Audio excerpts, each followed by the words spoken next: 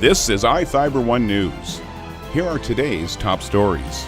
The Soap Lake community and music lovers alike gathered Saturday to celebrate the life of music pioneer Bonnie Guitar. For the first time in its lengthy history, the North Central Regional Library System has adopted an official strategic plan along with a new mission statement and vision for the future. A Department of Corrections policy that bars used books from getting into prisoners' hands could be revised soon. Every year, the best basketball seniors in Washington and Oregon will duel in the Northwest Shootout. From the iFIBER 1 newsroom, this is iFIBER 1 News. And it starts now.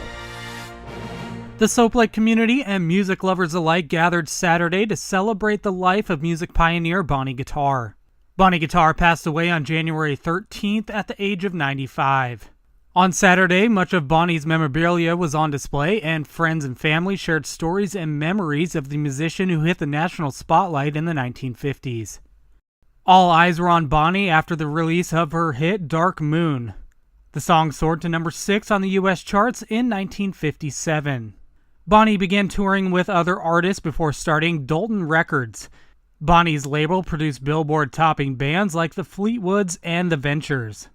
Bonnie and her husband eventually moved to Soap Lake, where Bonnie was a regular performer at the former Soap Lake Businessman's Club. Al Troop, who said he got to know Bonnie in 2013 after nominating her for the Western Swing Society Hall of Fame, played along with Bonnie at the Businessman's Club. We had some great times, some fun times. I learned a lot about her. I learned something about music, and really enjoyed my relationship with her. She was a great person. In 2014, the state of Washington declared Bonnie as a state treasure, and the flag was flown over the Capitol in her honor. This is Joe Utter for iFIBER 1 News. This segment is brought to you by... Change doesn't have to be complicated. With a low-profile microwave hood combination that's ready to install right out of the box. It fits in the same space as your under-cabinet hood, so you can get your microwave off the countertop and make space for the routines worth keeping. The low-profile microwave hood combination from the #1 selling appliance brand in the USA. Whirlpool Appliances, now available at more furniture in Ephrata. For the first time in its lengthy history, the North Central Regional Library System has adopted an official strategic plan along with a new mission statement and vision for the future. So this plan will be our guiding light, the tool that we use to make day-to-day decisions. The strategic plan is how we'll respond to community needs. This is how we're going to complete our mission. We knew that we wanted to do a strategic plan. I think it's really important to think about what our community's needs are. We have a vast service area. It's 5 counties. We have 30 different libraries, and all of those communities have really unique needs. The newly released plan was recently approved by the Library District's Board of Trustees and includes 5 strategic directions, as well as 10 separate objectives and 25 goals, which will shape the library system's trajectory of engagement over the next 3 years. The freshly inked set of directives also includes a rebranding of the organization, which will soon be known by its new title of North Central Washington Libraries. One of the biggest feedback points we got is that people don't know how big we are. They don't know that we cover 5 counties. They don't know that we have 30 libraries. They don't know the resources we offer. They don't know where our libraries are. And so things like signs on the buildings and community engagement to make sure that people understand who we are and what we can provide.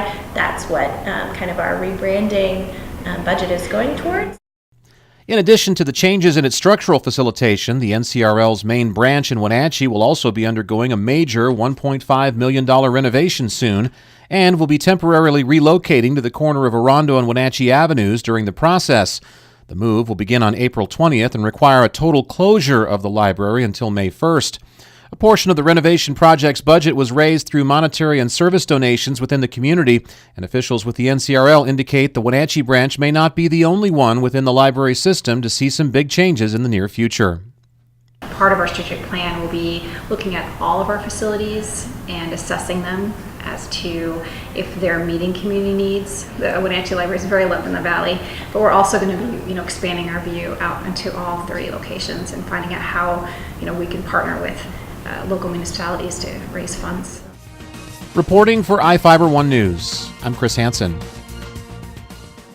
This segment is brought to you by... Your taste buds bored? Well, then bring them to Jay's Teriyaki. Not only does Jay's have a variety of teriyaki dishes, they also offer mouth-watering salads and sides. Call Jay's 509-764-5155. Jay's Teriyaki, located at 123 East Broadway in Moses Lake, because it's all in the sauce.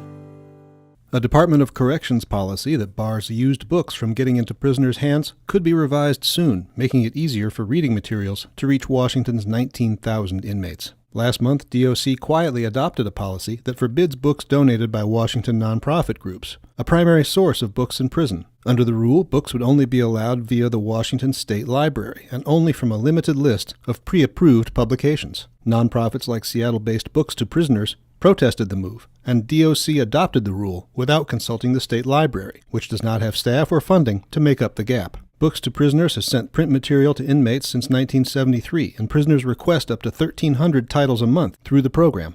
A petition drive to reverse the policy has received 12,000 signatures, and DOC Secretary Stephen Sinclair announced last week he'll work with the nonprofit to keep used books available for inmates. He's scheduled to meet with Books to Prisoners later this week. Jefferson Robbins, iFIBER 1 News.